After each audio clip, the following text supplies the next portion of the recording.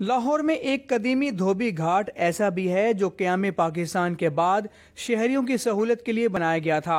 यहाँ लोग कपड़े धुलवाने के लिए आया करते थे, लेकिन अब रिवायती धुलाई की जगह कपड़े धोने वाली मशीनों ने ले ली है। पाकिस्तान बनने तो थोड़ी देर बाद असी इधर आए हैं, दरस बड़े भी हाँ उत्थे फिर इतने धोबी घाट बने।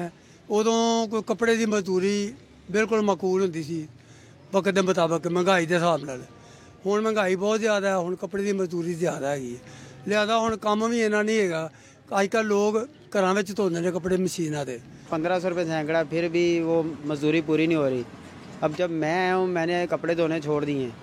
धोबी घाट पर कपड़े के बजाय अब कंबल, भारी भरकम खेस और शादी ब्याह की कुर्सियों और टेबलों के कवर्स धोए जाती हैं। यहाँ कंबल धोने के 300 रुपये, टेबल की चादर के 10 रुपये और कुर्सी के कवर के फीकस 5 रुपये वसूल किए जाते हैं।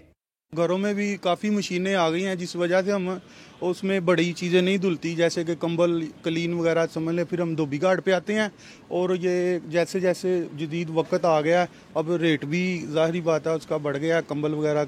धोबी घाट में काम करने वालों ने वज़ीर आज़म से अपील की है कि बिजली की कीमत में बेहद इजाफे से उनके लिए यहाँ काम करना अब बहुत मुश्किल हो गया है।